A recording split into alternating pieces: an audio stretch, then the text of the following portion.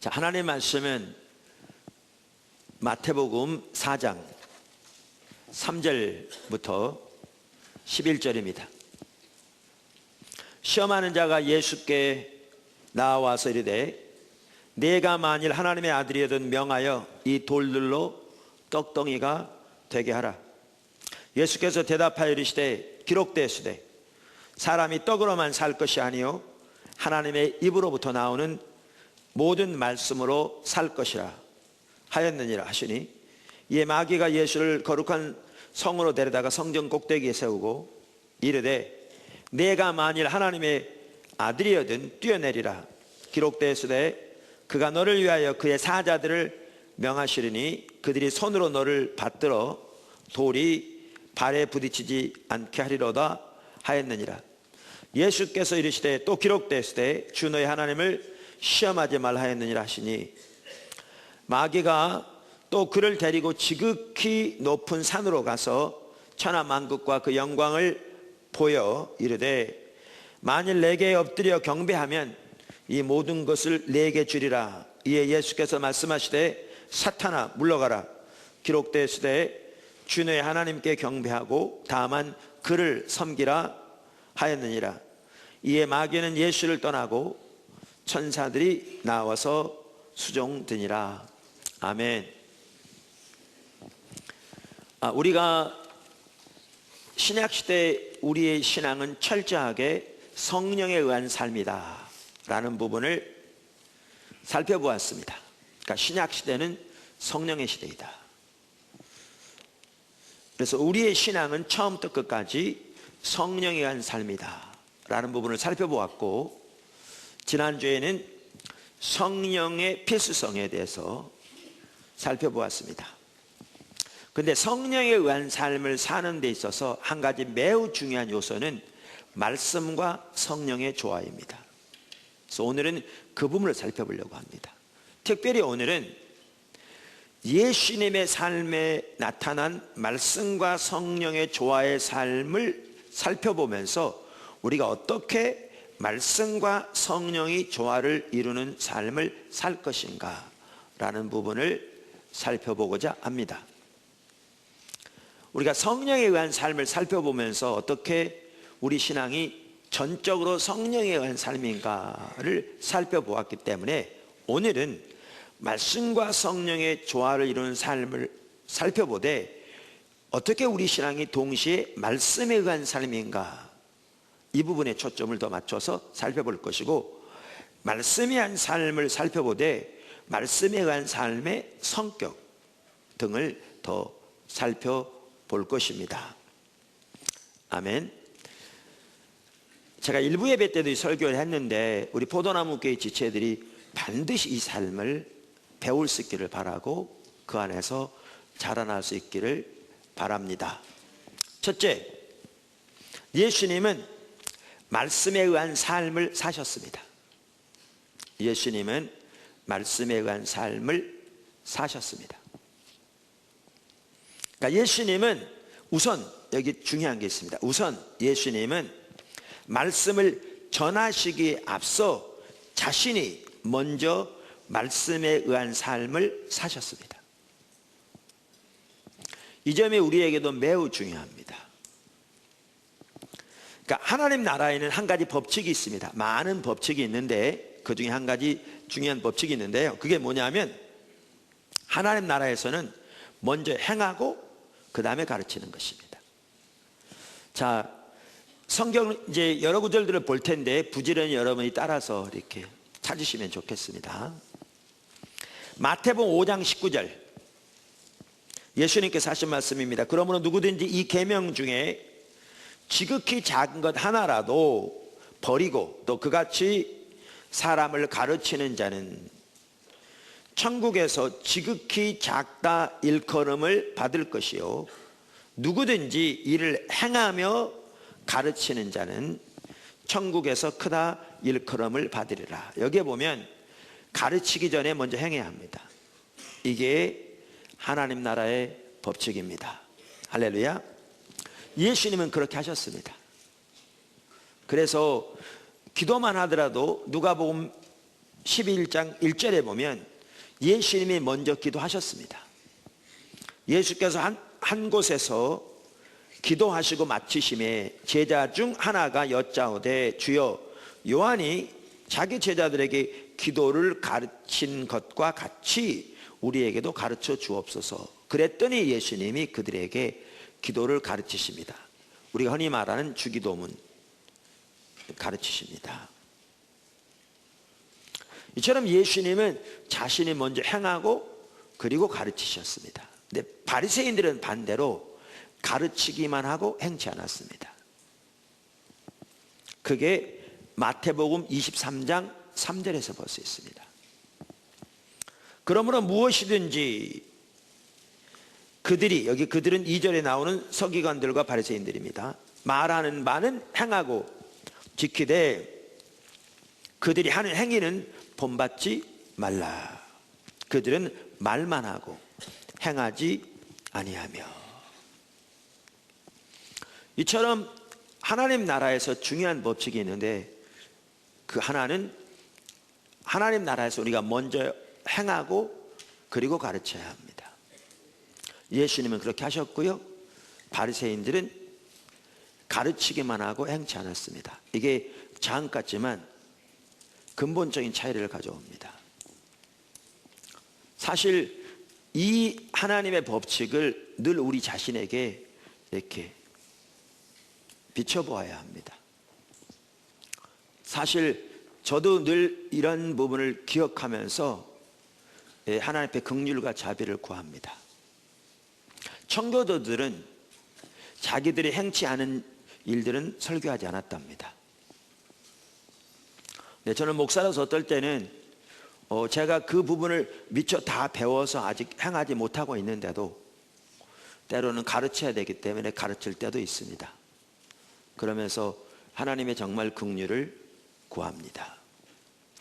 네, 하나님 나라에서는 이처럼 중요한 법칙은 자신이 먼저 행하고 그리고 가르쳐야 합니다. 근데 예수님께서는 하나님의 말씀을 전하시기에 앞서 자신이 먼저 말씀에 의한 삶을 사셨습니다. 아멘. 자, 작은 첫 번째,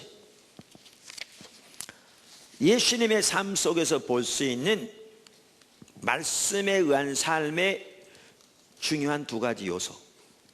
예수님의 삶 속에서 볼 수 있는 말씀에 의한 삶의 중요한 두 가지 요소.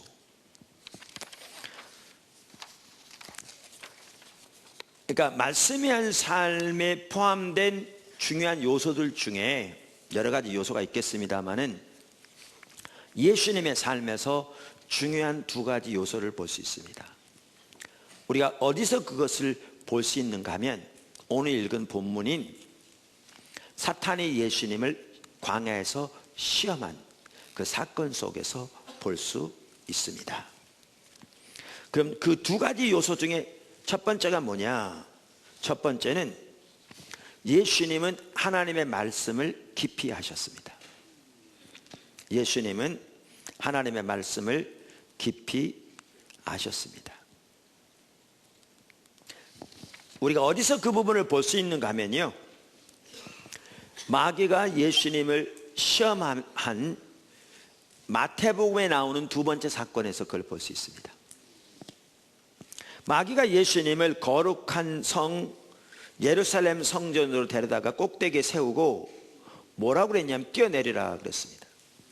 그러면서 성경 말씀 인용합니다.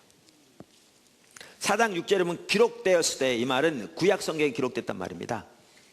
그 당시 사용하는 성경은 구약 성경이었거든요. 오늘날은 신구약 다 있지만, 그러면서 뭐라고 그러냐면 그가 너를 위하여, 여기 그는 하나님을 가리키고요, 너를 위하여 그의 사자들을 명하시리니 그들이 손으로 너를 받들어 발이 돌에 부딪히지 않게 하리로다 하였느니라. 얼마나 정확하게 인용합니까? 뛰어내리면 받쳐주겠다는 거잖아요. 지금 하나님의 말씀을 인용하는 겁니다. 그런데 이처럼 마귀도 성경을 인용하는데요, 마귀는 하나님이 말씀하신 의미와 의도와 목적 그대로 말씀을 인용하지 않습니다. 사용하지 않습니다. 마귀는 자기 목적을 위해 말씀을 왜곡시킵니다. 오늘날 이단들이 하는 전형적인 수법이 그렇습니다. 전형적인 수법이 그렇습니다. 대표적으로 신천지 같은, 또 하나님의 교회 같은 그런 이단들이 하는 전형적인 수법이 그렇습니다. 성경을 해석할 때 가장 중요한 원칙 중에 하나는 그 문맥 안에서 해석하는 겁니다. 제 설교만 하더라도요, 제가 오늘 주제를 가지고 전체를 설교하잖아요. 근데 이걸 다 무시하고 거기에 있는 문장만 몇 개 빼가지고 자기 원하는 대로 꽤 맞추면 전혀 엉뚱한 말이 됩니다. 제가 한 말이 맞을지 모르지만 이 말은 내가 한 말은 아닌 거죠.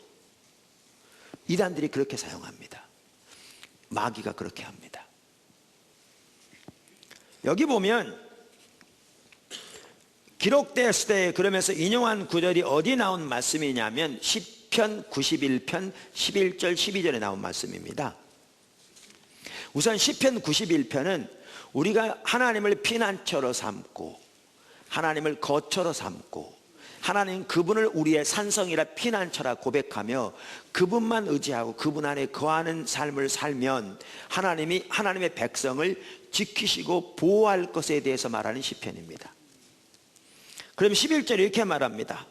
여기 보면 그 시편 91편 그가 너를 위하여 그의 천사들을 명령하사 내 모든 길에서 너를 지키게 하심이라. 이스라엘 백성들은 우리나라처럼 인생을 살아가는 것을 길을 걷는 것에 비유했습니다. 우리나라도 인생 여정이란 말을 쓰잖아요.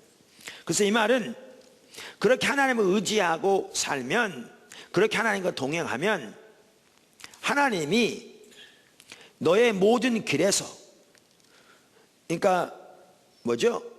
내가 살아가는 모든 인생의 길에서 너를 지키실 것이라, 그 말입니다. 그러면서 그들이, 그러니까 천사들을 명령하사 그들이 그들의 손으로 너를 붙들어 발이 돌에 부딪히지 않게 하리로다. 그러니까 이렇게 주님 의지하고 살면 우리 인생의 모든 여정에서 하나님이 지키시되 우리 인생 살아가는 삶에서 하나님이 때로는 필요하면 천사들을 동원해서라도 우리의 발이 돌에 부딪히지 않도록 우리를 지키시겠다, 이 말씀입니다. 그런데 이 말 중에서 내 모든 길에서 너를 지키게 하심이라, 이걸 싹 빼놓고 딱 갖다 붙이니까 어떻게 돼버리냐면 뛰어내리면 받쳐줄 것이라 이렇게 바뀌어버린 겁니다. 바꿔 말하면 시험하라는 거죠. 하나님은 우리가 이렇게 뛰어내리면 받쳐주는 분이 아니거든요. 그건 하나님을 시험하는 것이거든요. 그러니까 마귀가 예수님에게 하나님을 시험하라고 하면서 하나님의 말씀을 인용한 겁니다. 이게 마귀의 수법입니다. 성경을 인용하되 하나님의 의도하신 목적과 의미와 의도 그대로의 말씀을 인용한 게 아니라 하나님의 말씀을 문맥에서 빼서 일부 뺄 걸 빼고 더할 것 더해서 자기가 원하는 대로 왜곡시켜서 갖다 붙이는 거죠. 이게 전형적인 마귀의 수법이고 이게 전형적인 이단들이 하는 수법입니다. 그런데 예수님은 이 마귀의 의도를 정확하게 하셨습니다. 그리고 하나님의 말씀을 정확하게 이해하셨습니다. 그래서 예수님 뭐라고 말씀하셨냐면 또 기록됐을 때 주 너의 하나님을 시험하지 말라 했느니라. 그러면 대적합니다. 이걸 보면 예수님이 하나님의 말씀을 매우 깊게 아셨던 것을 볼 수 있습니다. 할렐루야. 우리가 말씀에 의한 삶을 살려면 반드시 우리에게 필요한 것이 뭐냐 하면 하나님의 말씀을 깊이 알아야 합니다. 우리가 하나님의 말씀도 모르면서 말씀에 의한 삶을 살 수는 없을 거잖아요. 그러니까 우리가 말씀에 의한 삶을 살려면 우선 예수님처럼 하나님의 말씀을 깊이 알아야 합니다. 할렐루야.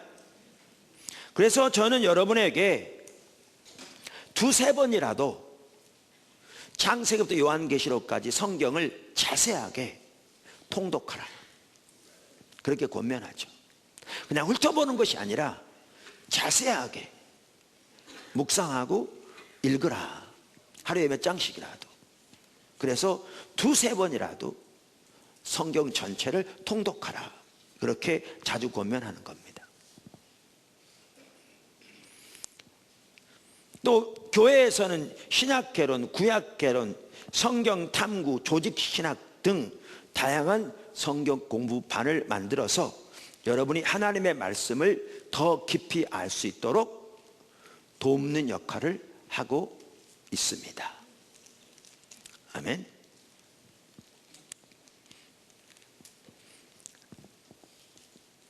두 번째, 예수님의 삶 속에서 볼 수 있는 그 말씀에 의한 삶을 위한 또 하나의 요소가 뭐냐? 두 번째 요소는 예수님은 하나님의 말씀에 자신의 전체를 걸었습니다. 예수님은 하나님의 말씀에 자신의 전체를 걸었습니다. 이건 어디에서 볼 수가 있는가 하면 사탄이 예수님을 시험한 세 번째 사건에서 볼 수 있습니다. 마태복음에 나오는, 누가복음에는 순서가 달리 나옵니다만은, 마귀가 예수님에게 천하만국의 영광을 보여주면서 자기에게 엎드려 경배하면 그 모든 것을 예수님에게 주겠다고 그렇게 말했습니다. 누가복음에 보면 여기에다가 덧붙여져 있는 말이, 이것은 내게 넘겨주는 것이므로 내가 원하는 자에게 주노라, 이렇게 덧붙여져 있습니다. 누가복음 4장 6절에. 원래 성경 전체적으로 보면 이것은 하나님께서 아담에게 주신 것인데, 아담이 하나님을 거역하고 마귀에게 순종함으로써 이것을 마귀에게 넘겨주었다고 볼 수 있습니다. 사탄이 이렇게 말할 때 예수님이 그 말에 반박하지 않으셨습니다. 근데 여기 보십시오. 그래서 성경은 사탄을 이 세상 신이라, 공중의 권세 잡은 자라, 이렇게 말하고 있습니다. 천하 만국을 보여주면서 그 영광을 예수님에게 주겠다는 겁니다. 사탄에게 절하면, 사탄을 경배하면, 사탄의 길을 따르면, 사탄을 예배하면. 근데 예수님 뭐라고 하셨느냐? 그걸 단호히 거절하셨습니다. 그러면서 뭐라고 말씀하셨는가? 기록되었으되 주 너의 하나님만 섬기고 경배하라고 하였느니라. 이 말은 무슨 말이냐면, 천하만국의 그 모든 영광보다 예수님은 하나님의 말씀을 택하셨습니다. 다시 말하면 예수님은 하나님의 말씀에 자신의 전체를 걸었습니다. 물론 이것은 지엽적으로 작은 것에 목숨을 걸어서, 우리나라 같은 경우에 교단이, 때로는 같은 이름을 가진 교단이 수십 개가 되어지고 100개가 넘는 그런 것을 말하는 건 아닙니다. 아닙니다. 이와 같이 예수님은 철저하게 먼저 자신이 말씀에 한 삶을 사시되, 예수님의 삶 속에 나타난 말씀에 의한 삶에는 예수님은 하나님의 말씀을 깊이 하셨고, 예수님은 하나님의 말씀에 자신의 전체를 건 그 요소가 들어있는 걸 볼 수 있습니다. 이게 우리에게도 반드시 있어야 할 매우 중요한 요소입니다. 작은 두 번째, 바리새인들의 삶. 제가 지금부터 바리새인들의 삶을 살펴볼 겁니다. 특별히 말씀에 의한 삶을 살펴보면서 지금 이걸 살펴보고 있습니다. 이 바리새인의 삶과 예수님의 삶을 대조해 보면, 아까 예수님이 가셨던 그 두 가지 요소가 왜 그렇게 중요한가를 볼 수 있습니다. 더 선명하게. 자, 바리새인들의 삶. 제가 성경에 나오는 바리새인들의 삶을 이렇게 쭉 살펴보기 위해서 여러 구절들을 살펴볼 겁니다. 여러분 부지런히 따라오셔야 합니다. 대부분은 여러분들이 아시는 구절들입니다. 왜냐하면 제가 과거에도 여러 번 언급했던 구절들이기 때문에. 자, 그럼 하나씩 살펴보겠습니다. 요한복음 5장 39절. 너희가, 여기 너희는 지금 바리새인들에게, 유대인들에게 하신 말씀입니다. 요한복음에서 유대인은 종교 지도자들을 가리키고요, 종교 지도자들 중에 대표적인 인물은 바리새인들입니다. 그래서 요한복음 1장에 보면 유대인과 바리새인들이라는 말을 상호 교환적으로 사용하고 있습니다. 그래서 여기에 보면 너희는 바리새인들에게 하신 말씀이라고 해도 전혀 틀린 말이 아닙니다. 너희가 성경에서 영생을 얻는 줄 생각하고 성경을 연구하거니와. 이걸 보면 바리새인들은 하나님의 말씀인 성경 안에 영생의 길이 있다고 믿었습니다. 그리고 그들은 영생을 얻기 위하여 그토록 열심히 성경을 연구했습니다. 얼만큼 바리새인들이 성경을 연구했는가는 예수님도 인정하실 정도였습니다.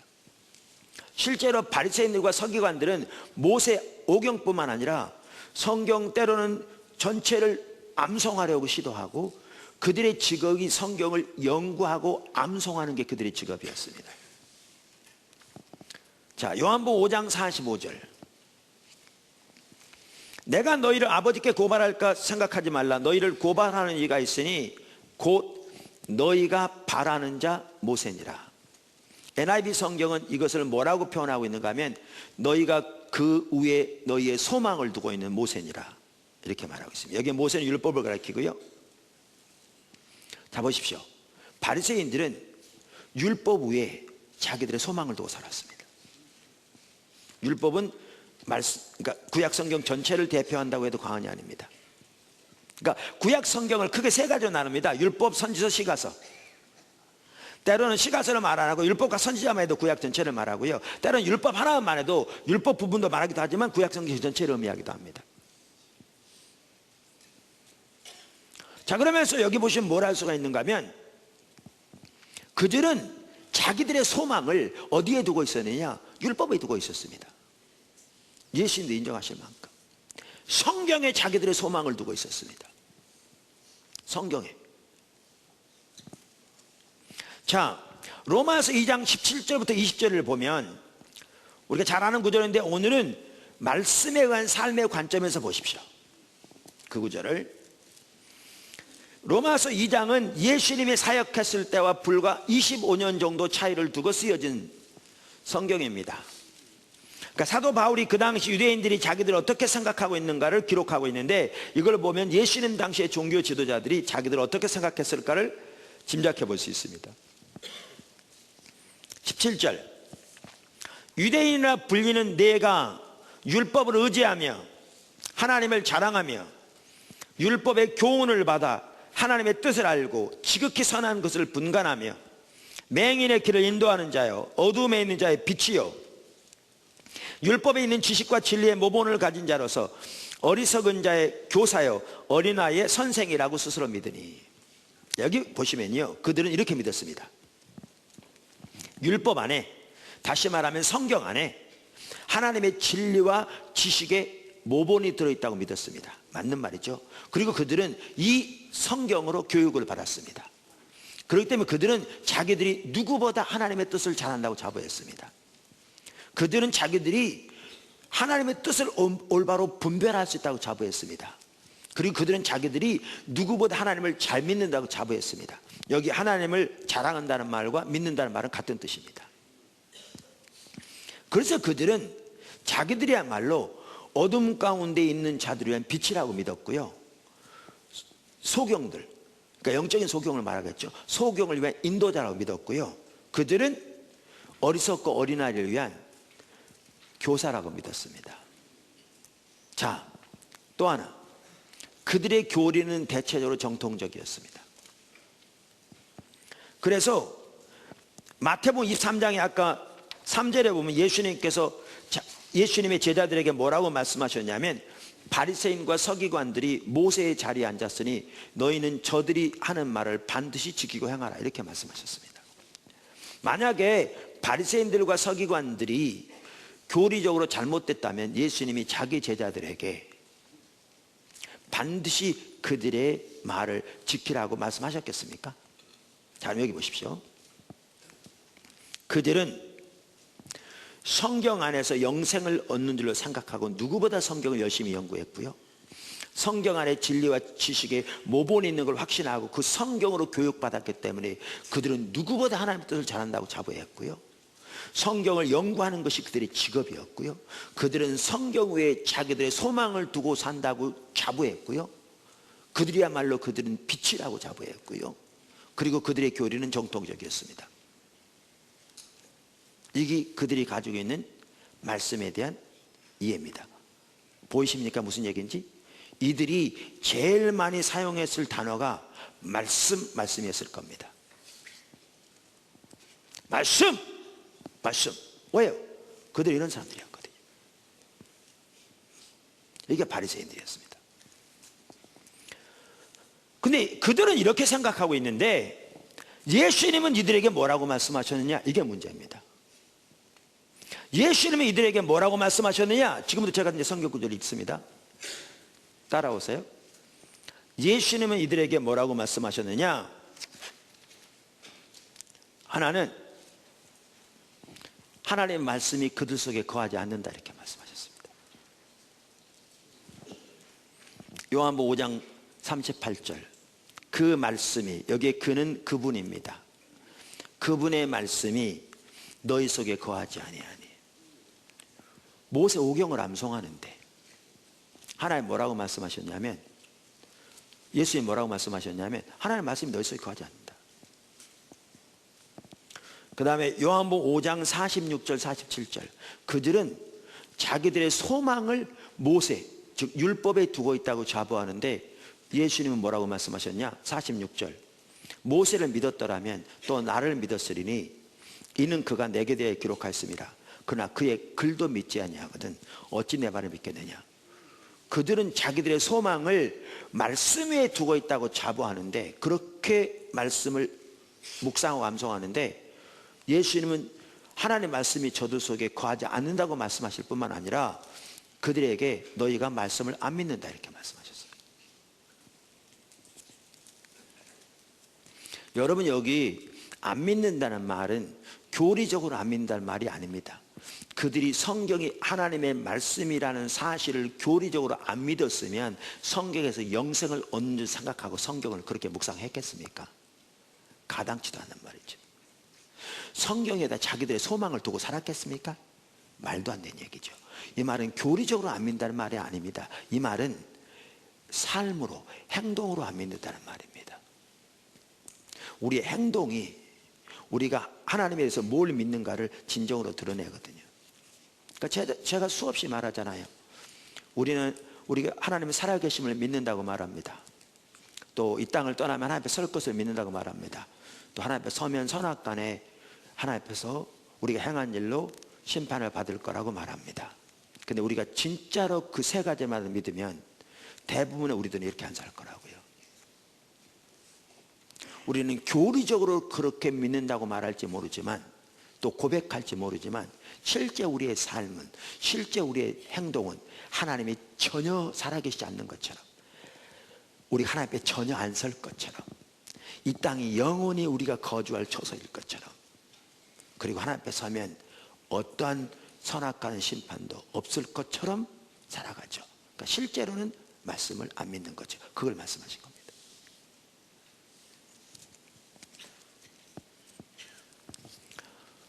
이처럼 누구보다 말씀이 뛰어났는데, 누구보다 또 교리가 정통적이었는데, 누구보다 열심히 성경을 연구했는데, 그런데 하나님의 평가는 전혀 다른 거죠. 그러니까 이게 말씀의 삶은 아니라는 겁니다. 제가 그 얘기 지금 하려고 하는 겁니다. 이런 상황에서 그들은 누구보다 그 말을 많이 했을 겁니다. 말씀. 그리고 그들이 예수님을 대적했습니다. 근데 예수님을 대적할 때도 뭐 가지고 대적한 줄 아십니까? 당연히 그들은 말씀 가지고 대적했을 겁니다.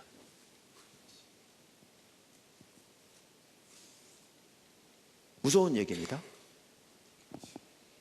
여러분, 예수님은요 철저하게 하나님의 인도를 따라서 일하셨습니다. 성령의 인도를 따라서 일하셨습니다. 근데 이들은 그 예수님을 대적했습니다. 이들은 근데 말씀을 가지고 대적한 겁니다. 그러니까 말씀을 가지고 철저하게 성령의 역사를 대적한 거죠. 이에 대한 대표적인 예가 요한복음에 나옵니다. 성경에 많이 있습니다만 대표적인 예가 어디 있느냐? 요한복음 5장 16절에 나옵니다. 이렇게 말하죠. 그러므로 안식일에 이런 일을 행한다 하여 유대인들이 예수를 박해하게 된지라. 무슨 사건입니까? 요한복음 5장에 보면 예수님께서 안식일에 베데스다 연못을 지나가시다가, 연못가를 지나가시다가 거기에 많은 병자들이 모여있는 중에 38년 된 병자를 고치셨습니다. 어떻게 고치셨습니까? 가서 그에게 말하기를 네 자리를 들고 걸어가라, 이렇게 명령하셔서 고치셨습니다. 그러니까 그 사람이 자리를 들고 걸어가는 겁니다. 근데 그 당시에는요 안식일이면 물건을 이쪽에서 저쪽으로 못 옮겼습니다. 일로 여겼기 때문에요. 오늘날도 유대 나라 가보면 정통적인 유대인들은 안식일에 TV 리모컨도 못 누른다니까요. 일로 여기기 때문에. 휴대폰도 못 받아요. 일로 여기기 때문에. 선교사님 한 분이 옆에서 유대인이 도와달라고 그러더래요. 가보니까 TV가 켜있더래요. 아마 타이머 때문에 켜있는지. 근데 좀 꺼달라고 부탁하더래요. 왜 이렇게 부탁한 줄 아십니까? 이분은 이방인이니까 꺼달라는 거죠. 이 버튼 누르는 걸 일로 여기기 때문에 못합니다. 오늘날도. 그러니까 그 당시에 물건을 이쪽에서 이쪽으로 못 옮겼어요. 근데 지금 그 사람이 안식일에 자리를 들고 걸어가잖아요. 그러니까 그 당시에는 이거는 전혀 금해져 있는 일이거든요. 그러니까 당신 왜 안식일을 범하냐? 이렇게 이런 거죠. 그랬더니 그 사람이 하는 말이 날 고쳐준 분이 이렇게 하라고 그랬는데요. 그 사람 누구야? 그러니까 잘 모르겠어요. 근데 나중에 그분이 예수님인 걸 알게 된 거예요. 그래가지고 그 종교 지도자들이 가서 그 예수라는 분이 그랬는데요. 그랬더니 그들이 예수님 핍박한 겁니다. 안식일을 범했다는 거죠. 가장 중요한 계명 중에 하나가 안식일을 거룩하게 지키는 건데 안식일을 범했다는 거죠. 그러니까 그들은 예수님을 통해서 나타나는 그 놀라운 표적과 기사를 무시할 수 없었어요. 죽은 사람이 살아나고 38년 환자가 일어나는데 그걸 무시할 수는 없죠. 능력이 나타난 건 분명해. 근데 하나님께로부터 온 자면 어떻게 하나님의 말씀을 어기겠냐. 그러니까 이것은 하나님께로부터 온 자가 아니고, 그러니까 이 능력은 바알세불, 그게 사탄의 다른 이름이거든요. 사탄의 능력으로 고친다. 그래서 예수님을 대적하는 말이 이단의 괴수요 바알세불 집힌 자라고 그런 겁니다. 왜 그런지 아시겠어요? 그러면서 만약에 예수님이 그들에게 내가 무슨 안식일을 범했냐 이렇게 말하면, 그들은 구약 성경에 안식일을 거룩하기 위해서, 거룩하게 지키기 위해 일하지 말라는 구절을 쫙 갖다 댔을 겁니다. 말씀이 이러한데 당신이 안식일을 범했다 이렇게 나오겠죠. 그래서 그들은 말씀을 가지고 예수님 대적했습니다. 말씀! 근데 얘기 잘 들으십시오. 예수님이 말씀을 범했으면 그들의 말이 맞습니다. 하나님께로부터 왔다고 하면서 하나님의 말씀을 범하면 잘못된 거죠. 근데 잘 들으십시오. 예수님은 말씀을 범한 게 아니고 말씀에 대한 그들의 전통을 범했습니다. 성경에 안식일에 일하지 말란 말은 요구하지 말란 말이 아니었습니다.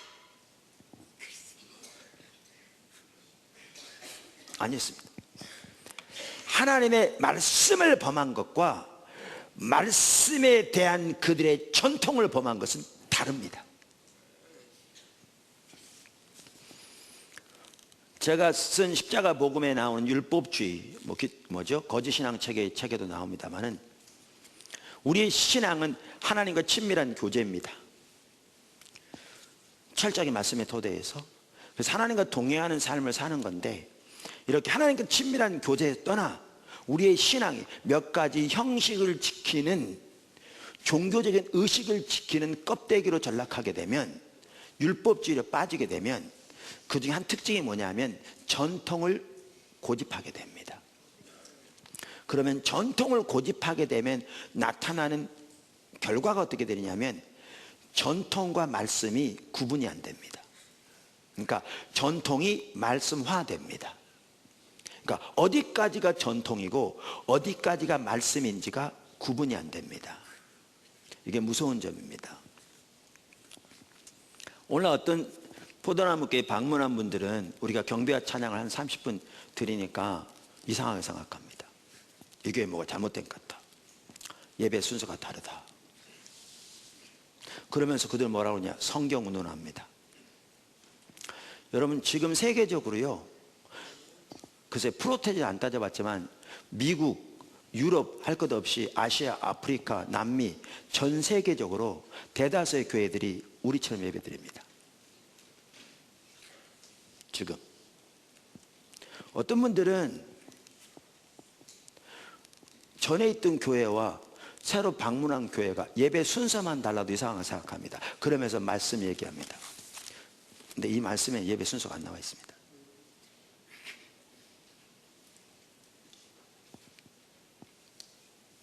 예배 요소는 있을지 몰라도.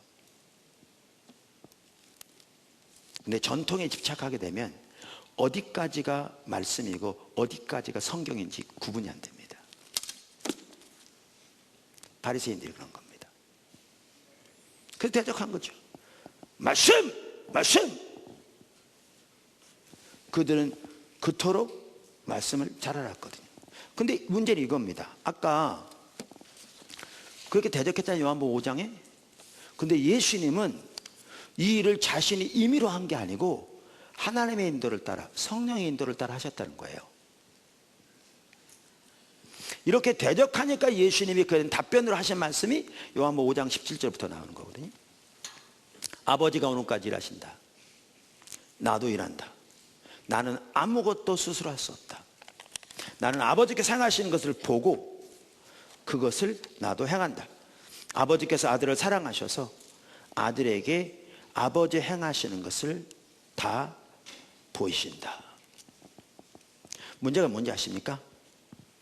그들은 성경적인 지식에는 누구보다 뛰어났고, 그리고 그들의 교리가 매우 정통적이었고, 나름대로 그들의 말씀에 대한 그들의 열심은 타의 추종을 불허할 만큼 뛰어났어요. 근데 문제는 그들은 그 성경이 말하는 살아계신 하나님과의 어떠한 인격적인 교제도 없었어요.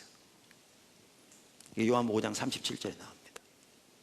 그러니까 그들은 그 시대를 향한 하나님의 의중과 의도를 전혀 알지 못했어요. 이게 마태복음 16장 2절 3절을 보면 알 수 있습니다. 그래서 그들은 소위 말씀하면서도 자기들이 가지고 있는 교리와 자기들이 가지고 있는 전통과 자기들이 가지고 있는 생각을 따라 살았습니다. 그것을 가지고 예수님을 대적했습니다. 예수님은 철저하게 하나님과의 친밀한 교제 가운데서 하나님들을 따라 살아가는데, 근데 이들에 대해서 예수님이 이렇게 말씀하셨습니다. 이렇게 대적한 이들에게 대해서 뭐라고 말씀하시는지 아십니까? 마태복음 11장 19절에 이렇게 말씀하셨습니다. 요한이 와서 먹지도 않고 마시지도 아니하며 그들이 말하기를 귀신이 들렸다 하더니, 인자가 와서 먹고 마시매 말하기를 먹기를 탐하고 포도주를 즐기는 사람이요 세리와 죄인의 친구로 하니, 지혜는, 잘 들으십시오, 이게 너무 중요한 말입니다. 지혜는 그 행한 일로 인하여 옳다함을 얻느니라. 이게 하나님 나라의 법칙의 아주 중요한 법칙입니다. 우리 자신에게 늘 돌아보아야 할 법칙입니다. 지혜는 그 행한 일로 인하여 옳다함을 얻느니라. 이게 무슨 말인지 아십니까? 이 말입니다. 우리가 가지고 있는 지식, 지혜가 올바른 지혜이면 올바른 열매를 맺게 돼 있다 그 말입니다. 그러므로 우리의 삶을 통해 맺혀진 열매를 보고 그 지혜가 옳은 지혜인지를 판단할 거라고 말이죠. 아까 예수님과 바리새인 차이는 뭐였다고요? 예수님은 자신이 먼저 행하고 가르치셨습니다. 바리새인은 어땠다고요? 가르치기만 하고 행치 않았습니다. 행치 않았습니다. 그러니까 그들은 교리적인 지식, 성경적인 이론적인 지식은 뛰어났을지 모르지만 하나님과의 관계는 철저히 닫혀져 있었습니다. 그들은 전통에 의한, 교리에 의한, 자기가 가지고 있는 신학적인 지식에 의한 삶을 살았습니다. 하나님 어떤 인격적인 관계도 없는. 그러니까 그들의 삶은 전혀 하나님 중심적인 열매가 맺혀지지 않았습니다. 만약에 그들이 하나님 나라의 법칙대로 그들의 열매를 보고 그들의 지혜를 판단했더라면 자기를 돌아봤을 텐데 그들의 영적인 눈이 어두워졌기 때문에 그는 하나님의 법칙도 전혀 보지 않았습니다. 그걸 전 따지지 않고 자기가 있는 소위 말씀으로 예수님 대적한 겁니다. 제가 왜 이 부분을 살펴보느냐 하면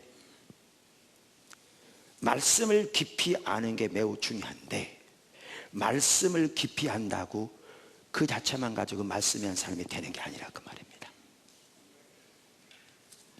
그 전형적인 예가 바리새인들입니다. 여러분 오늘날 얼마든지 이렇게 될 수 있습니다. 우리가 가지고 있는 성경적인 때로는 신학적인 지식 몇 개 가지고 그거 안다고 말씀하지만 열매는 전혀 없는, 그러면서 오히려 성령의 역사를 대적하는, 얼마든지 그럴 수 있습니다.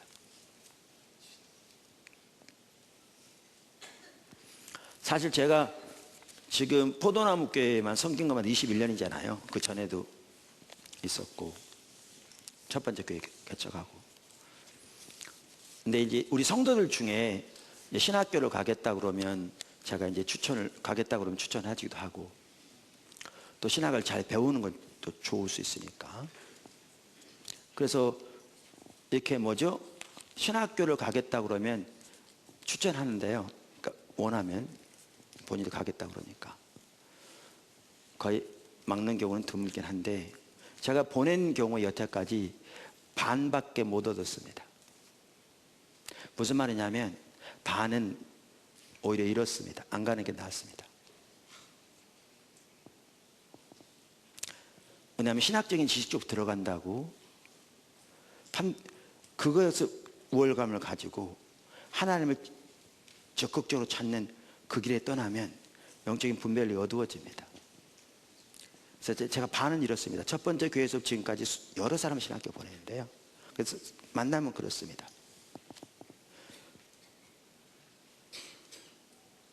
그러니까 아까도 말한 대로 성경을 깊이 아는 건 중요한데 그것만 가지고 안 됩니다. 때로는 신학적인 지식이 성경을 올바로 아는 것을 가리기도 합니다. 뭐가 같이 가야 되냐면 예수님이 가지셨던 하나님 말씀에 자신의 전체를 걸고 하나님의 길에 서기 위해 고민하는 이 자세가 같이 가지 않으면, 그리고 하나님 나라의 법칙을 따라 자신이 먼저 행하고 가르치기 위해 그렇게 자신을 돌아보지 않으면 옆으로 갑니다.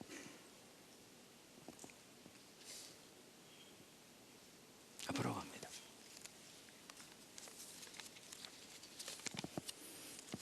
작은 세 번째, 다트. 이 부분을 제가 주일날 한두 번 얘기한 것 같습니다. 앞으로 몇 번 더 할 겁니다. 왜냐하면 이게 분명히 여러분의 머릿속에 심겨지기를 바랍니다. 우리가 말씀에 의한 삶을 나누면서 이 부분을 반드시 살펴봐야 합니다. 다트. 제가 말한 다트란 말은 히브리어입니다. 구약 성경은 히브리어로 쓰여졌습니다. 그 다트를 제가 따옴표로 말해요. 다트. 이 우리말로 말하면 지식이라는 말입니다. 지식. 자, 아까 보시면 예수님의 말씀을 깊이 하셨습니다. 그렇죠? 그 다음에 바리새인도 말씀을 매우 깊이 알았습니다. 그들의 교리가 정통이었습니다. 근데 여러분 기억하십시오. 예수님이 가지고 있던 지식과 바리새인들이 가지고 있던 지식이 달랐습니다.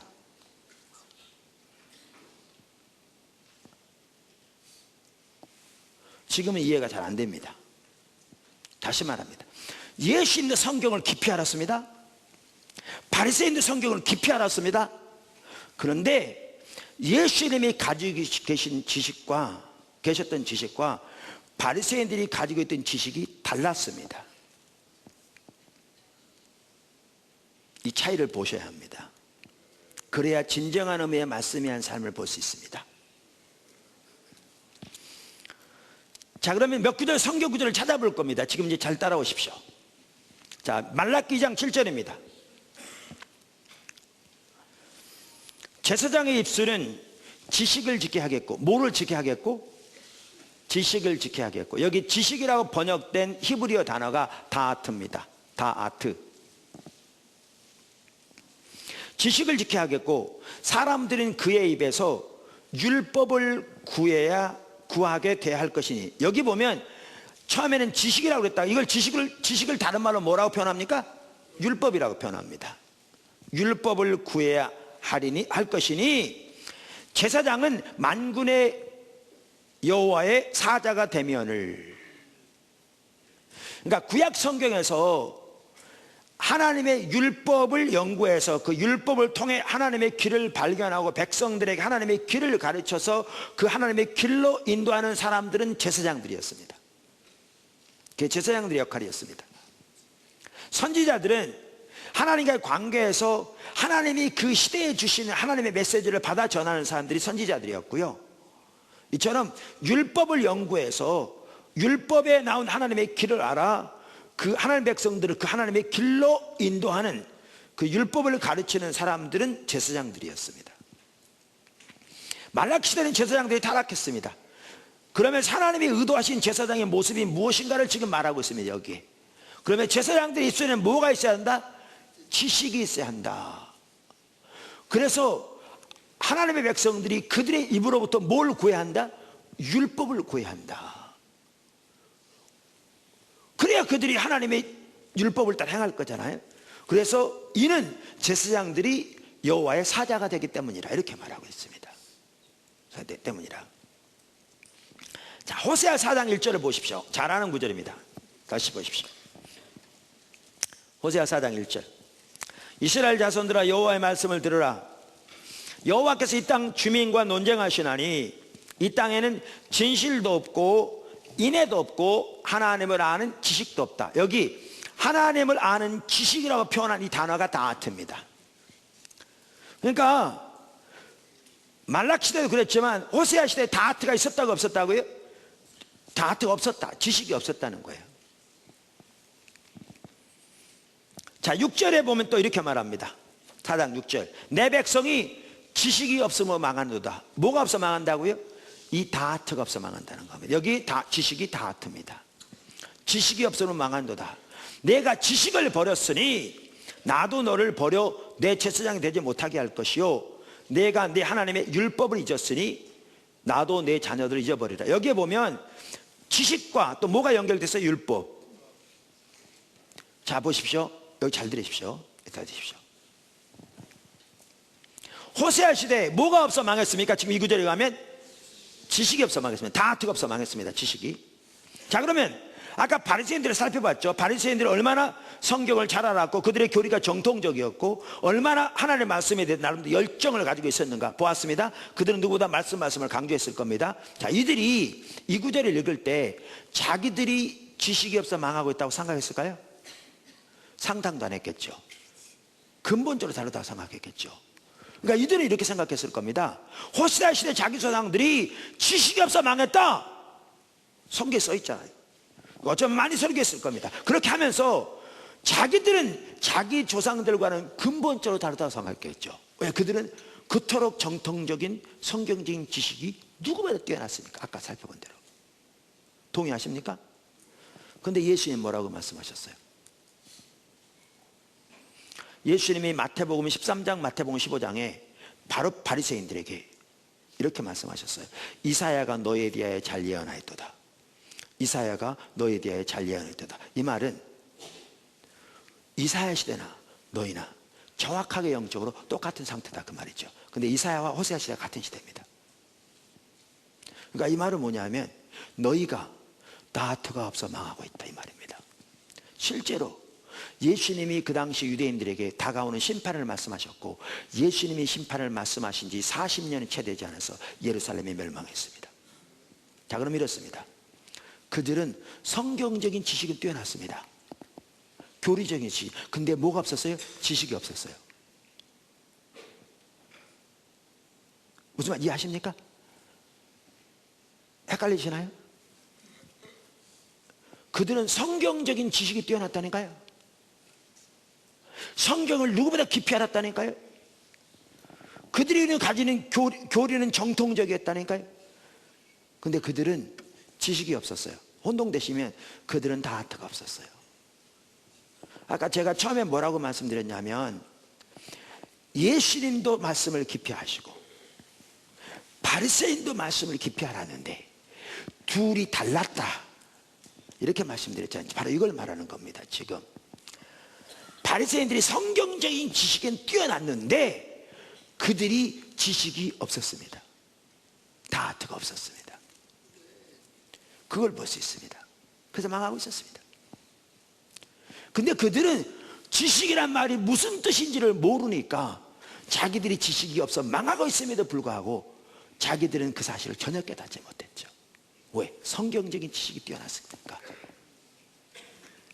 이해하시죠? 그래서 그러면 여기 지식이라고 번역된 단어가 다트인데 다트가 뭘 의미하느냐 이거를 페트라 주석이 아주 잘 설명해 놨더라고요. 제가 보니까 페트라 주석, 호쿠마 주석 같은 주석인데요. 제가 가끔 말씀드린 것처럼 자기 의견을 쓰기보다는 여러 학자들의 의견을 종합해서 가장 적절한 부분을 이렇게 정리해 놓은 것 같아요. 인터넷에 여러분 얼마든지 이렇게 볼 수 있어요. 4장 1절에 나온 지식 다트에 대해서 이렇게 해놨더라고요. 자, 제가 읽어볼게요. 하나님을 아는 지식의 다트는 직접적이고 구체적인 경험에서 얻게 되는 체험적 지식을 말한다. 이것은 하나님과의 교제를 통해서 이루어진다. 다시 읽을게요. 하나님을 아는 지식의 다트는 직접적이고 구체적인 경험에서 얻게 되는 체험적 지식을 말한다. 이것은 하나님과의 교제를 통해서 이루어진다. 그러면서 6절에 똑같은 다트가 나옵니다. 지식이 없어 망한다. 그 6절의 주석은 이렇게 말했어요. 이 둘을 합해보면 아주 잘 표현했어요. 6절. 여호와 하나님의 백성이 멸망당하는 가장 근본적인 이유는 다트, 곧 하나님을 아는 지식이 없어서였다. 이 지식은 잘 됐죠. 이 지식은 제사장들에 의해서 율법을 통해서 백성들에게 전해지는 것이었다.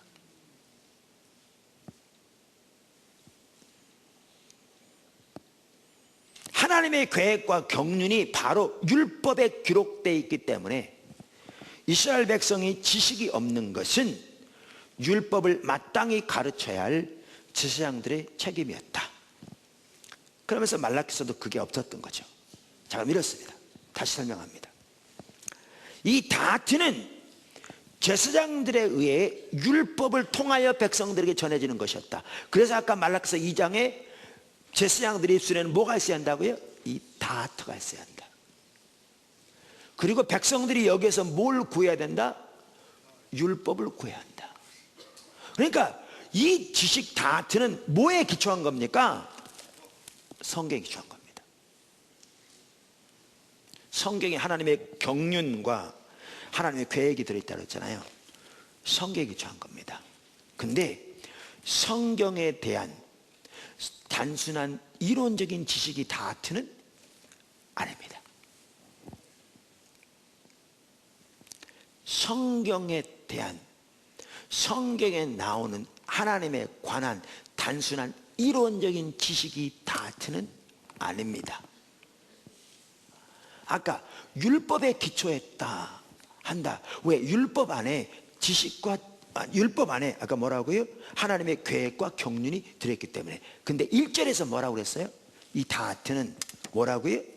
다트는 직접적이고 구체적인 경험에서 얻게 되는 체험적 지식을 말하는데, 이것은 하나님과의 교제를 통해서 이루어진다. 그러면 다트가 뭔지가 명백합니다. 무슨 얘기 아십니까? 다트는 하나님의 말씀에 기초해서 그 하나님이 말씀하신 말을 따라 실제로 하나님과 친밀하게 교제하며 하나님이 말씀하신 삶을 살아감으로써 얻어지는 하나님의 말씀에 토대한 실제적인 지식을 말합니다. 이게 지식입니다. 이게 제사장들이 입에 있어야 돼요. 제가 설명을 하겠습니다. 맨날 똑같은 얘기만 하는데 여러분 쉽도록 설명을 하면 다시 똑같은 예를 듭니다. 다른 구절 제가 할 수 있어요. 근데 제가 일부러 똑같은 예를 듭니다. 갈라디아서 2장 20절 잘 아는 구절입니다. 보십시오. 내가 그리스도와 함께 십자가에 못 박혔나니 그런즉 이제는 내가 사는 것이 아니요 오직 내 안에 그리스도께서 사시는 것이라. 이제 내가 육체 가운데 사는 것은 나를 사랑하사 나를 위하여 자기 몸을 버리신 하나님의 아들을 믿는 믿음 안에서 사는 것이라. 자 보십시오. 이 삶이요 우리 신앙의 가장 기본적인 삶을 말합니다. 교회사를 보더라도 수많은 하나님의 사람들이 이 구절이 말하는 삶이 우리 신앙의 가장 핵심적인 것을 말하는 삶이라고 동의합니다. 그러면서 보십시오. 자 그러면 이 구절 다시 보세요. 내가 그리스도와 함께 십자가 못 박혔나니 이게 무슨 뜻이에요?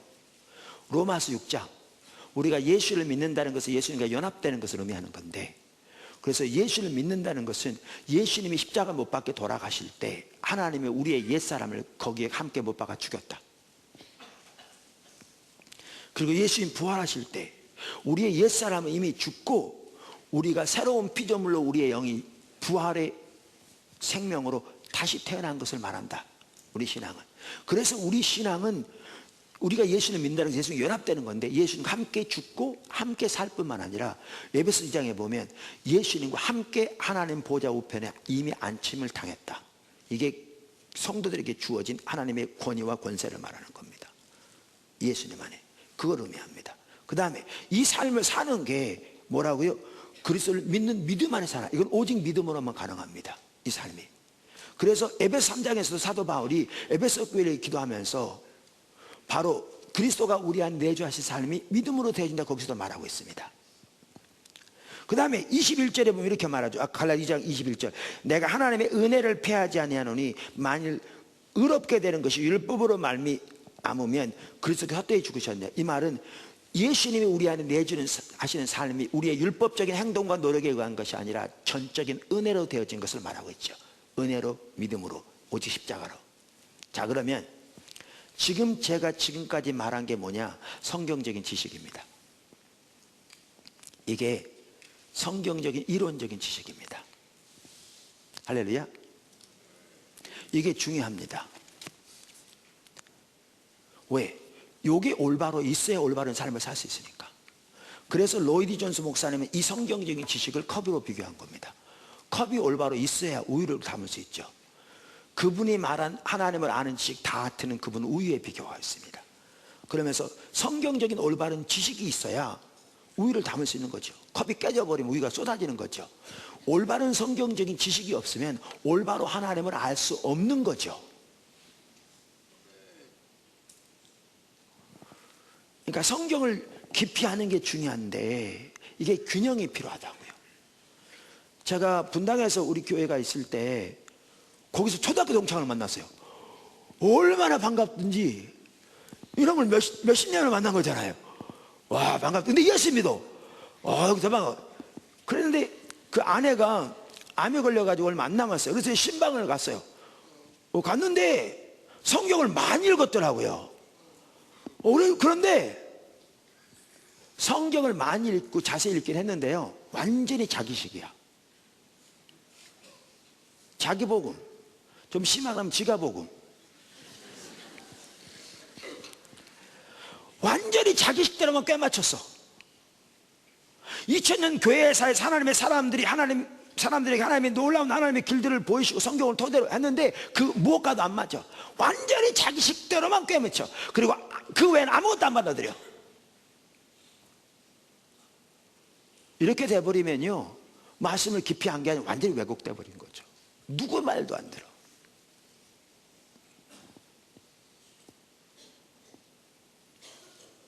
그러니까 말도 안 들어요. 컵이 올바로 있어야 돼요. 하나님에 관한 올바른 성경적 지식이 있어야 돼. 그래야 다트를 담을 수 있어요. 하나님의 지식을 담을 수 있어요.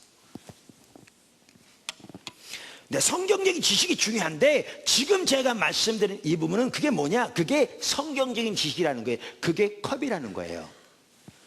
근데 여러분 이거 잘 들으십시오. 우리는 이 부분부터 지금 헷갈려요. 오늘 많이 헷갈려 있어요. 우리가 무슨 말이냐면 갈라디아서 2장 20절은요, 이 구절은 지금 설명한 이러한 신학적인 지식 알라고 여기 쓰여진 게 아니에요. 이 구절은요, 그 삶을 살라고 쓰여진 거예요.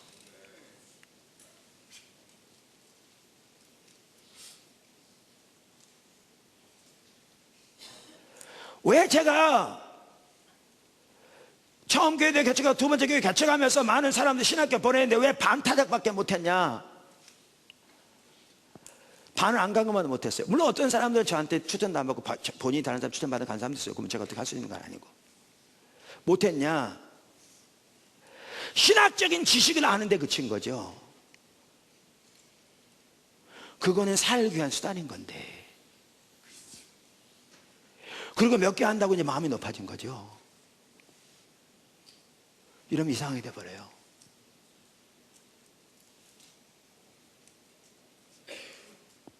지금 우리가 말씀이 한 삶을 살펴보고 있습니다.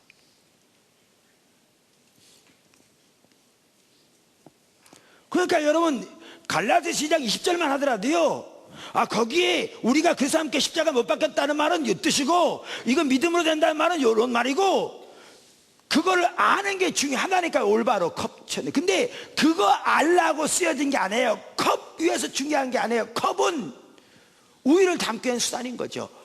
이 삶을 살라고 쓰여진 거예요. 그럼 이렇습니다. 실제로 이 삶을 살라고 보면 이제 안다고 생각하는 거 아무것도 모를걸요.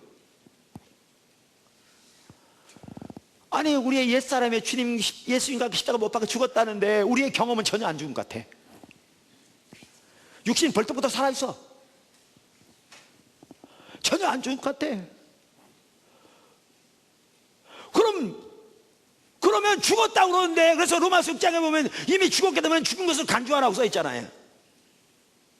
그럼 죽은 걸 간주하라고 돼 있는데, 그러면 죽은 것을 간주하면 그냥 죽습니까? 그러면 어떻게 그걸 간주합니까? 간주한단 말이 뭡니까? 그러면 이게 믿음으로 된다는데 이 믿음이 도대체 뭡니까? 그냥 믿습니다 하면 됩니까? 믿습니다 안 하니까 안 됩니까?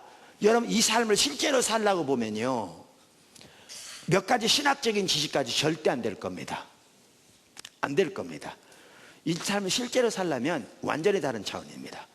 그러면 주님을 구하고 자꾸 주님의 은혜를 구하고 실제로 삶을 살고 배워야 되니까, 자라나야 되니까 구하고, 이러다 보면요 2000년 교회사에서 하나님과 동행하며 이 삶을 살았던 사람도 어떻게 그 삶을 살았나, 그들의 책을 보기도 하고 그들의 자서전을 읽기도 하고 그 사람에 관한 책을 보기도 하고, 또 지금 살아있는 사람들 중에 이 삶을 살고 있는 사람이 있으면 그들의 테이프를 듣기도 하고 설교를 듣기도 하고, 때로는 똑같은 설교인데도 혹시 여기에 같은 주제인데도 이 삶을 사는 또 하나의 다른 비결이 있을까 봐 듣기도 하고 기도하고 성경을 연구하고, 바울은 어떻게 이 삶을 살았고 바울은 이 삶을 어떻게 산다고 성경 말하고 있는지 찾고 두드리고 구해야 할 겁니다. 하루아침에 찾고 구한다고 되어지지 않을 겁니다. 이렇게 찾고 이렇게 애통하고 이렇게 구하고 두드리고 찾고 주님의 은혜를 구하는 중에, 그럼 성령께서 가르치십니다. 삶을 살아가는 걸 하나씩 배우게 하시죠. 삶에서 다루시거든요, 우리 삶에서. 그래서 실제로 이 삶을 사는 자리에 자라나게 되는 겁니다. 이게 신앙입니다. 성경에는 교사가 둘이 있습니다. 하나님이 사도와 선지자, 목사, 복음 전한 자, 목사, 교사로 세우셨으니 가르치는 자는 어떻게 할 것이요. 이렇게 해서 성경에 보면 사람 교사가 있습니다. 제가 교사입니다. 한편으로는 교사입니다. 근데 성경에는 또 다른 교사가 있습니다. 성령이 교사입니다. 그가 너희에게 가르치실 것이요. 근데 잘 들으십시오. 우리에겐 두 가지 종류의 교사가 다 필요합니다. 두 가지 종류의 교사를 무시하면 아무것도 안 됩니다. 성경적인 지식, 이 컵, 이거는 누구에게서 배우느냐? 사람 교사에게서 배웁니다. 이 컵이 잘 준비되어야 합니다. 이건 사람 교사에게서 배웁니다. 근데 주님을 찾는 가운데 그 삶을 실제적으로 살 수 있는 그 하나님의 길은 누구에서 배우냐? 이건 성령님만이 우리에게 가르칠 수 있습니다. 누구도 가르쳐 줄 수 없습니다. 다트는 성령님만이 가르쳐 줄 수 있습니다.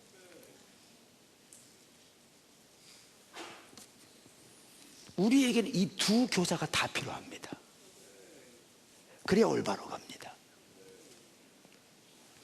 여러분, 이렇게 갈라디아서 2장 20절의 이 삶을 예를 들면, 지금 한 예를 제가 드는 겁니다. 뭐 여러 가지 많죠. 수없이. 갈라디아서 2장 20절의 이 삶을 실제적으로 살아야, 살기를 구하고 자라나야, 그러면 뭘 배운 줄 아십니까? 그 삶을 사는 길을 배웁니다. 그게 다트입니다. 뭐의 토대에서? 말씀의 토대에서. 제가 아까 페트로 주석의 학자가 구약의 호세아 4장 1절과 6절에 언급한 걸 다시 한번 읽을까요? 이렇습니다. 6절에 보면 아까 뭐라고 그러냐면 6절에 대해서 이 지식은 제사장들에 의해서 율법을 통해서 백성들에게 전해지는 것이었다. 왜? 율법 안에 하나님 계획과 경륜이 기록되어 있기 때문에. 자, 그러면서 이렇게 말합니다. 1절에 이 지식은 하나님을 아는 지식의 다트는 직접적이고 구체적인 경험에서 얻게 되는 체험적 지식을 말한다. 이것은 하나님과의 교제를 통해서 이루어진다. 이제 아시겠습니까? 이제 보시면 예수님의 삶에는 다트가 있었습니다. 예수님이 하나님과 친밀하게 동행하는 삶을 사시며 하나님의 길을 따라 행하실 뿐만 아니라 그건 철저하게 말씀에 토대한 삶이었습니다. 율법에 토대한 삶 뿐만 아니라 그렇게 하나님의 동행하는 삶을 사셨기에 우리들에게 하나님의 생명의 길을 전하신 겁니다. 그런데 바리새인들은 성경적인 지식은 뛰어났습니다. 그런데 이들에게는 다트가 없었습니다. 그들에게는 이론적인 지식만 있을 따름이었습니다. 그러니까 그들은 단 한 명도 세우지 못했습니다. 그들이 가지고 있는 지식, 예수님과 바리새인들이 가지고 있는 지식이 달랐습니다. 이제 보이십니까? 달랐습니다.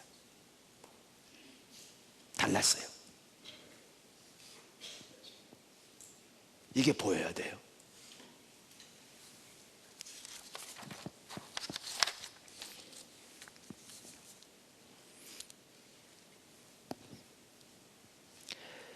그래서 다트는 단순한 교리적인 지식이 아니라 철저하게 하나님의 말씀에 토대하되 하나님과 동행하는 삶에서 나온 실제적이고 체험적인 지식이기 때문에 반드시 삶이 동반하게 되어 있습니다.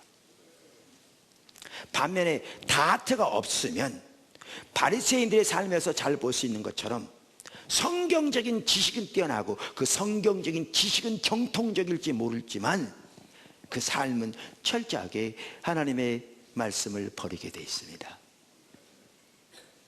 그리고 한 사람도 못 세웁니다. 다트를 가진 사람이라야 다른 사람을 그 사람을 인도할 수 있습니다.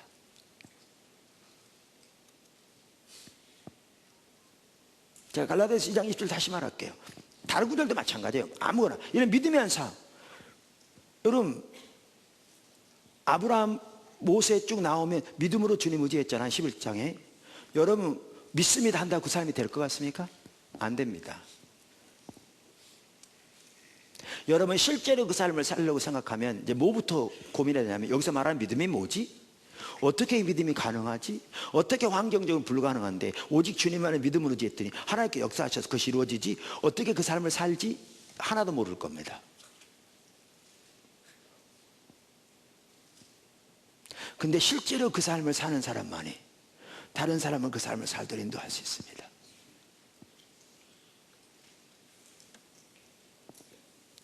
갈라디아서 20절의 삶을 본인이 살지 못하면 이렇습니다. 예를 들면 오이코스 리더 와가지고 우리 오이코스 모임 하는데 한 성도가 그래요. 리더님 기도해 주세요. 오늘 아침에 남편하고 싸웠어요. 이놈 입이 좀 가만히 있어야 되는데 그냥 이걸 쏟아붓다 보니까 싸웠어. 이 육신이 좀 죽어야 되는데. 그러면 이 삶을 살지 않고 교리만 같은 사람은 어떻게 하냐면 이렇게 합니다. 아이고 집사님 옛사람 죽었다고 그랬잖아. 로마서 6장 안 봤어? 죽은 것을 간주하라고 그러잖아. 간주해. 그럼 믿음으로 된다고 그랬잖아. 이렇게 말해요. 근데 이 말이 한 마디도 도움이 안 돼. 왜 이 말이 뭔 말인지 모르거든요. 자기도 뭔 말인지 몰라요. 왜? 그 사람은 안 살았기 때문에 성경 교리만 지금 얘기하고 있지 이 말이 뭔 말인지 모르는 거예요. 그게 뭔 말인지 모르니까 상대방도 뭔 말인지 몰라. 교리만 거기에 팽배해. 사람은 전혀 변하지 않아요. 그리고 이거 몇 가지 교리한다고 이제 교만하기 시작하면 이거 완전히 영적 괴물 되는 거죠. 자기가 먼저 그 삶을 살아야 다른 사람을 그리로 인도할 수 있습니다. 다트를 가진 사람만이 다른 사람을 그리로 인도할 수 있어요. 이 둘은 다른 지식이에요. 둘 다 철저하게 성경에 기초하되 다른 지식입니다.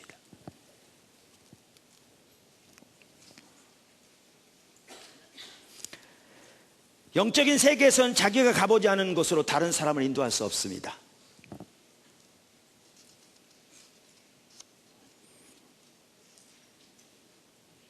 그렇기 때문에 리더들일수록 다트가 중요합니다. 왜? 다른 사람 인도해야 되니까요.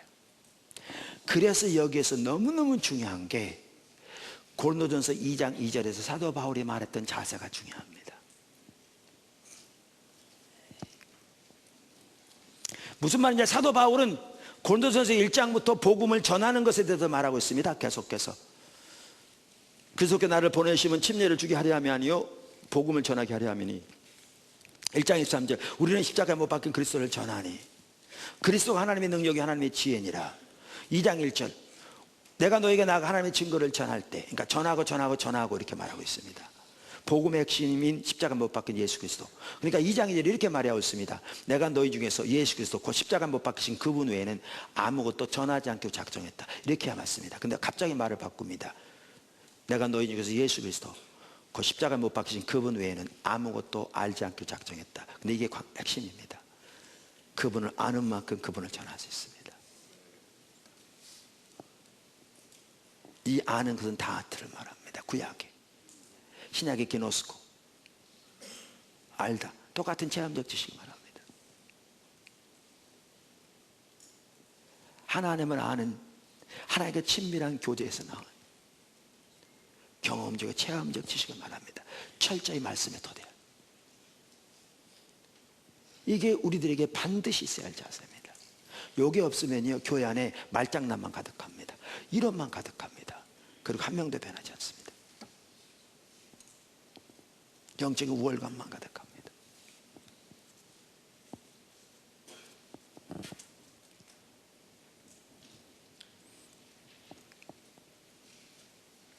정말 이 시대의 오늘의 현실이 그렇습니다. 성경적인 지식이 한편으로 범람하는 시대입니다. 어떨 때는 그 지식조차 없어서 심각합니다. 대체적으로 그 지식은 정통입니다. 그런데 한편은 오늘날 우리 가운데 다트가 없습니다. 이론뿐입니다.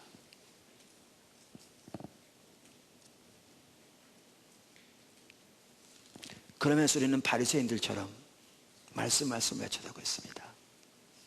이것은 전혀 말씀이 한 삶이 아닙니다. 그래서 말씀이 한 삶을 살펴볼 때 예수님의 본보기가 중요한 겁니다. 그래서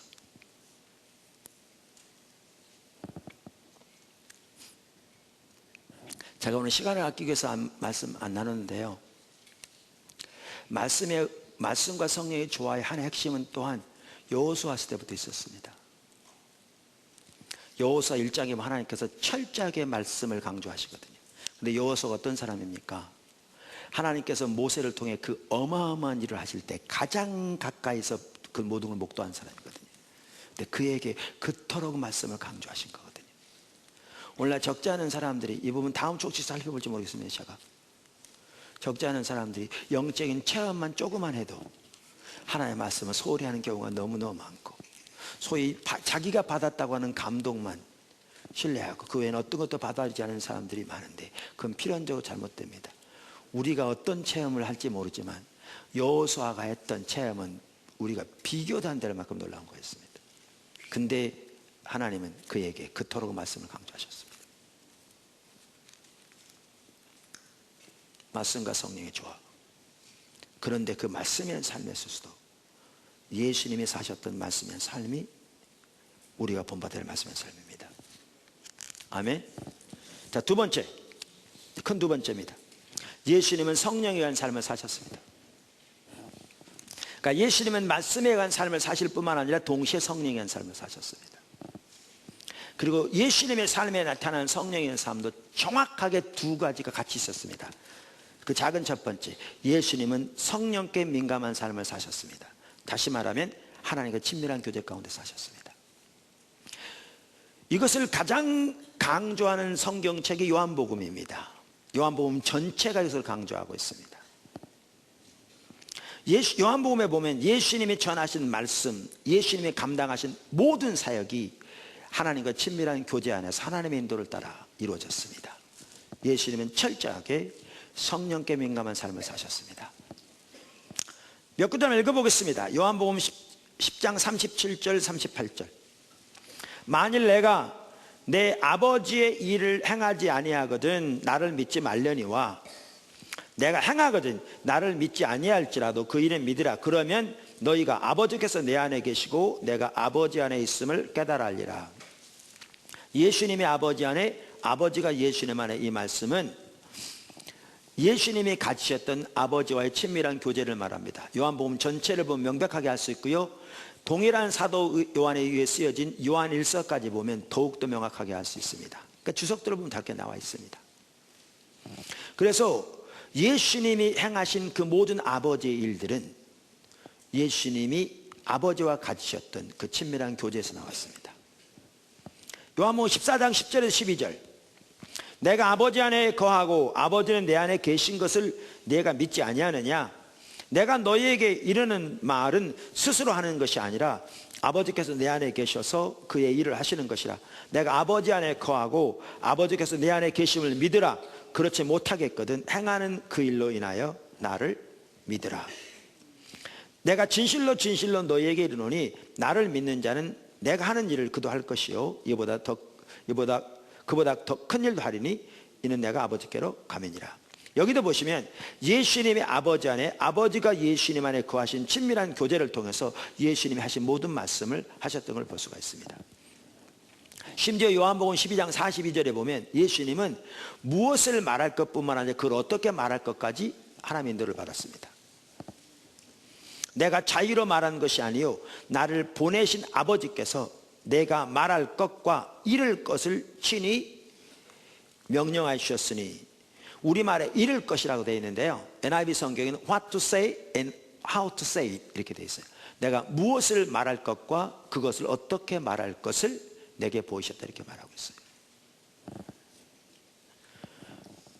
우리가 사역에 대해서 말하는 구절인 요한복음 5장 17절 19절 20절을 보십시오. 아까도 잠깐 나눴습니다만은 예수께서 그들에게 이르시되 내 아버지께서 이제까지 일하시니 나도 일한다 하시매 19절. 그러므로 예수께서 그들에게 이르시되 내가 진실로 진실로 너희에게 이르노니 아들이 아버지께서 하시는 일을 보지 않고는 아무것도 스스로 할 수 없나니 아버지께서 행하시는 그것을 아들도 그와 같이 행하느니라. 아버지께서 아들을 사랑하사 자기가 행하시는 것을 다 아들에게 보이시고. 요약하면 이렇습니다. 아버지가 오늘까지 일하신다. 나도 일한다. 나는 스스로 아무것도 할 수 없다. 수차례 말씀하셨습니다. 요한복음에 보면 나는 아버지 행하시는 것을 본다. 그것을 나도 행한다. 아버지가 아들을 사랑하셔서 아버지 행하신 모든 것을 아들에게 보이신다. 이처럼 예수님은 철저하게 하나님과 친밀한 교제 가운데 행하셨습니다. 다시 말하면 성령과 교제 가운데 행하셨습니다. 그걸 다른 말로 하면 철저하게 성령의 인도하심에 민감한 삶을 사셨습니다. 그러면서 요한복음에서는, 그러니까 복음서마다 예수님의 삶을 그대로 제자들에게 살라고 그러거든요. 요한복음에는 우리도 똑같이 살라고 말합니다. 그게 어디 나오는가? 그게 포도나무 교회의 연구표인 요한복음 15장 4절 5절에 나옵니다. 나는 포도나무에 너희는 가지라. 그 구절에 4절에 뭐라고 말합니까? 내 안에 거하라. 나도 너희 안에 거하리라. 바로 그 관계를 말합니다. 친밀한 교제. 여러분, 예수님이 아버지 안에, 아버지가 예수님 안에, 이 구절이 예수님이 삼위일체 하나님인 것을 말하는 구절이 아닙니다. 예수님은 삼위일체 하나님 맞습니다. 근데 그것을 우선적으로 말하는 구절이 아닙니다. 아까도 말한 친밀한 교제를 말합니다. 그걸 말한다면 그럼 우리가 예수님 안에, 예수님 우리 안에 거하면 우리가 하나님 된다는 얘기입니까? 그걸 말하는 게 아닙니다. 친밀한 교제를 말합니다. 그러면서 우리에게 똑같이 하라고 합니다. 예수님이 아버지와 사셨던 그 삶을 똑같이 우리에게 예수님과 똑같이 살라고, 아버지와 똑같이 살라고 말합니다. 그래서 뭐죠? 내 안에 거하라. 나도 너희 안에 거하리라. 가지가 포도나무에 붙어있지 아니하면 스스로 열매를 맺을 수 없을까? 아까 예수님도 나는 스스로 아무것도 할 수 없다 그랬잖아요. 너희가 내 안에 있지 아니하면 그러하리라. 나는 포도나무요 너희는 가지라. 그가 내 안에, 내가 그 안에 거하면 사람이 열매를 많이 맺거니와 나를 떠나서는 너희가 아무것도 할 수 없음이라. 똑같습니다. 예수님이 사셨던 삶을 똑같이 우리에게 하라고 말합니다. 똑같이. 그 다음에 작은 두 번째, 예수님은 성령의 능력으로 사역을 감당하셨습니다. 예수님은 철저하게 성령과 동행하는 삶을 사실 뿐만 아니라 성령과 교제 가운데 사셨을 뿐만 아니라 예수님은 성령의 능력으로 사역을 감당하셨습니다. 그거를 강조하는 성경이 어디냐? 누가복음과 사도행전입니다. 특별히 누가복음은 예수님의 사역이 성령의 능력으로 감당하신 사역인 것을 강조하고 있습니다. 그리고 정확하게 우리에게 똑같이 하라고 말합니다. 한 구절만 대표적으로 읽겠습니다. 누가복음 4장 16절에서 20절, 21절. 예수께서 그 자라나시는 곳 나사렛에 이르사 안식일에 늘 하시던 대로 회당에 들어가서 성경을 읽으려고 서심해 선지자 이사야의 글을 들이거늘 책을 펴서 이렇게 기록한 데를 찾으시니 곧 주의 성령이 내게 임하셨으니 이는 가난한 자에게 복음을 전하게 하시려고 내게 기름을 부으시고 나를 보내사 포로된 자에게 자유를, 눈먼 자에게 다시 보게 함을 전파하며 눌린 자를 자유롭게 하고 주의 은혜의 해를 전파하게 하려 하심이라 하였더라. 책을 덮어 그 맡은 자에게 주시고 앉으시니 회당에 앉은 자들이 다 주목하여 보더라. 이에 예수께서 그들에게 말씀하시되 이 글이 오늘 너희 귀에 응하였느니라. 여기 보면 예수님이 감당하신 하나님 나라의 사역을 조목조목 지금 나열하고 있고요. 그것을 뭘로 감당했다? 하나님의 성령이 임하셔서 성령의 기름 부음을 하셨다. 이것을 강조하고 있습니다. 사도행전 10장 38절에 보면 예수님의 사역을 단 한마디로 요약하면서 이렇게 말합니다. 하나님이 나사렛 예수에게 성령과 능력을 기름 붓듯 하셨으며 저가 두루 다니시며 선한 일을 행하시고 마귀에게 눌린 모든 사람을 고치셨으니 이는 하나님이 함께 하심이라. 여기 보십시오. 그래서 예수님은 성령과의 친밀한 교제 가운데 사셨을 뿐만 아니라 예수님은 동시에 성령의 능력으로 사역을 감당하셨습니다. 오늘 우리는 예수님이 사셨던 말씀과 성령의 조화를 살펴봤습니다. 이게 정확하게 우리가 살아야 할 신앙생활입니다. 말씀이 한 삶, 그 성격, 그리고 동시에 이 말씀과 성령의 조화를 이루는 삶. 성령의 조화를 이루되 성령과 교제, 성령의 능력을 힘내는 삶. 이 균형이 우리에게 필요합니다. 이게 첫날부터, 첫 번째 시간부터 제가 말씀드렸던 균형입니다. 요게 포도나무 교회가 이렇게 세워지길 축복합니다. 이런 교회를 통해서 하나님이 그 시대마다 얼마나 놀라운 일을 하실 겁니다. 그래서 하나님께서 이 시대에 그런 놀라운 일을 행하시기 바라고요. 아까 나눈 것처럼 지난 10년 동안 기독교 인구가 증가해서 한편으로 감사한데 다음 세대가 돌이켜지는 것이 관건입니다. 그래서 다음 세대가 돌이켜지는 데 있어서 말씀과 성령의 조화를 이루는 이 토대위에서 하나님은 정말 위대하신 일이 이 나라 가운데 또 열방 가운데 나타나기를 주님을 축원합니다. 기도하겠습니다.